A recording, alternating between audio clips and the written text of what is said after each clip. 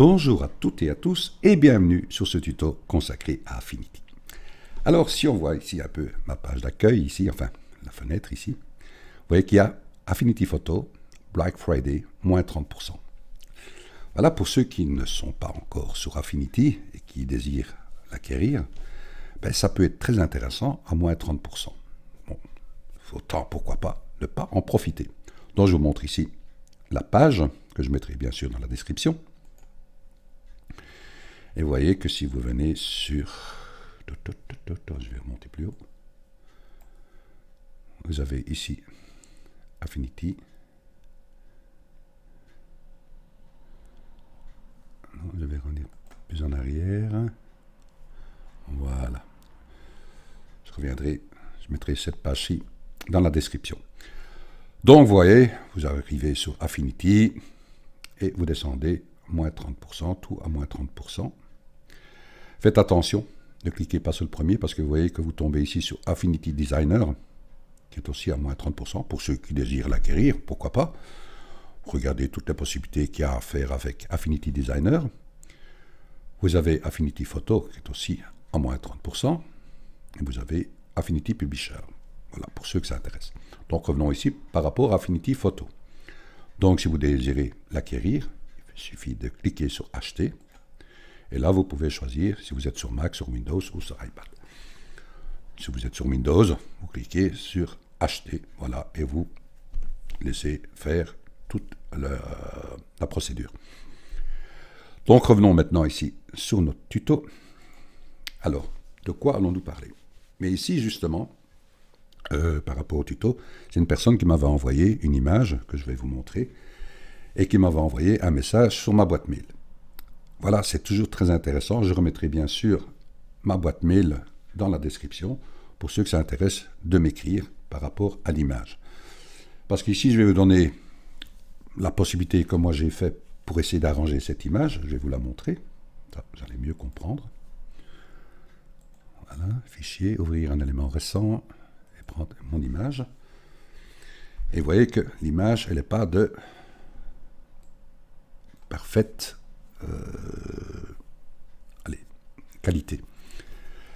Comment y remédier? Ici, comme le jeudi, enfin maintenant j'étais un jour en retard parce que bon, j'ai pas eu la possibilité de le faire hier, donc je le fais aujourd'hui. J'étais sur Affinity, j'ai dit pourquoi pas ici aussi de le montrer vis-à-vis d'Affinity. Et dimanche, qui sera le jour du tuto sur GIMP, mais je vais essayer d'arranger cette image aussi par rapport à GIMP parce que c'est justement ça que la personne m'a demandé.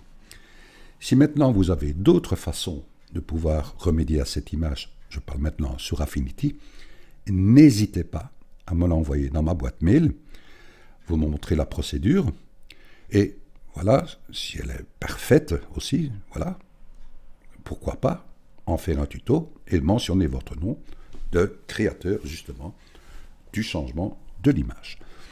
Alors, qu'ai-je je fait, moi, par rapport à cette image? Mais d'abord, je l'ai dupliquée en faisant CTRL-J, voilà.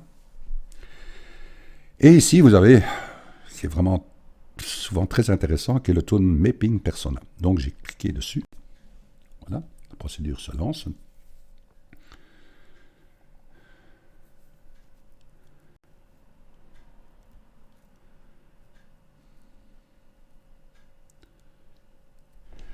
Et je vais aller maintenant, par exemple, vous voyez ici, nous sommes sur Naturel. Je peux aller sur, vous voyez ici, qui est Détail. Oui, ça peut être intéressant, si je descends. Vous avez sur Froid. Et vous avez ici aussi, en noir et blanc, ou prononcé. Ce que je trouve pas mal, c'est le froid. Et donc, je regarde. Oui, c'est pas mal. Et j'ai ici aussi des possibilités de travailler sur quelques différentes fonctions. Et je regarde affinage des détails. Donc, si je clique sur affinage des détails, j'ai coché, je peux travailler sur un rayon. Là, je vais le mettre ici. Et je vais augmenter la qualité. Donc, je me dis que c'est pas mal. Je regarde. Ouais, c'est pas mal du tout. Je vais plus haut. Je regarde le contraste. Ouais, c'est pas mal. Hein? pas trop. Voilà. Je suis satisfait, je fais appliquer. C'est tous des petits détails que je vous montre. Voilà, courbe de reproduction des tons. CTRL 0 pour le mettre à la grandeur de ma fenêtre. Je regarde avant, après. Vous avez déjà une nette différence. Alors, que puis-je encore faire? J'augmente ici un peu mon image. Donc, je vais aller ici dans les filtres. Je vais regarder si avec le bruit, un anti-bruit, je vais avoir des tailles de luminance. Ouais, je peux la mettre à appliquer. Et je vais encore agrandir. Et je vais aller dans filtre, je vais aller dans netteté, flou, masque flou. Je regarde le rayon, pas trop.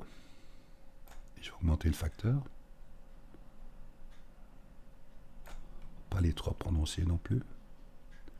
Enfin, on donne déjà quand même nettement plus de netteté dans l'image. Je vais l'appliquer.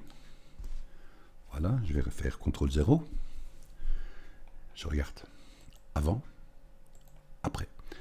Maintenant, que puis-je encore faire de cela? Vous voyez qu'ici, l'herbe est fort claire, les buissons aussi, en sachant que l'autre partie, elle est plus sombre, vous voyez. Donc, je peux jouer là-dessus.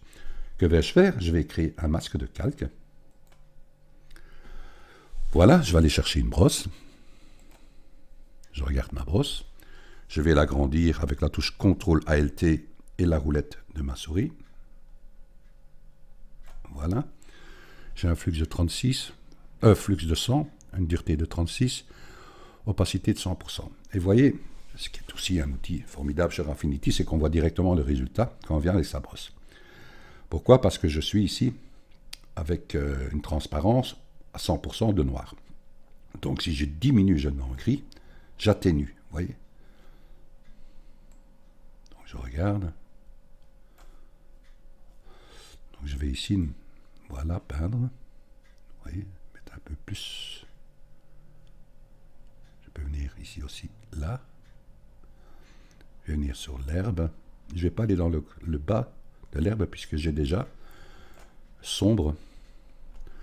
Voilà, je regarde ici. Ouais, je peux me mettre encore diminuer, peut-être un peu là. Voilà, je viens, ouais, voilà.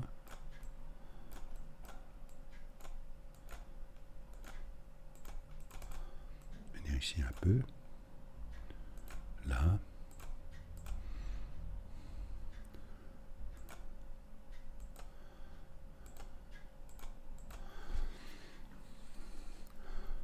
Oui, c'est un petit exemple que j'ai trouvé par rapport à Affinity pour pouvoir améliorer cette image. Vous voyez, avant.